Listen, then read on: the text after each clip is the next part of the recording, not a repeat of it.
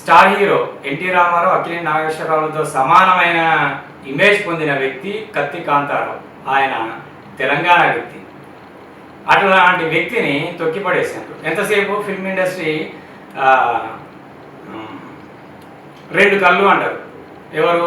NT Rama Rao, Akkineni Nageswararao. నిజమే, వాళ్ళు గొప్పవాళ్ళు. కానీ వాళ్ళతో సమానమైన స్థాయి కలిగిన వ్యక్తి మా తెలంగాణ వ్యక్తి కత్తి కాంతారావు గారు.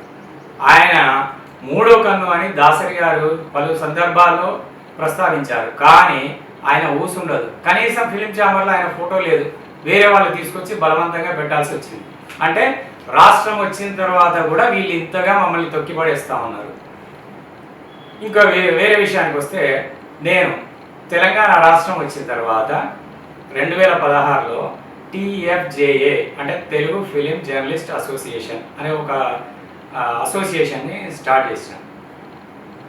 సేవా కార్యక్రమాలు చేసినాం. అందరూ సహకరించారు. కానీ సేవా కార్యక్రమాలు చేసేసరికి మంచి పేరు నాకు వచ్చింది.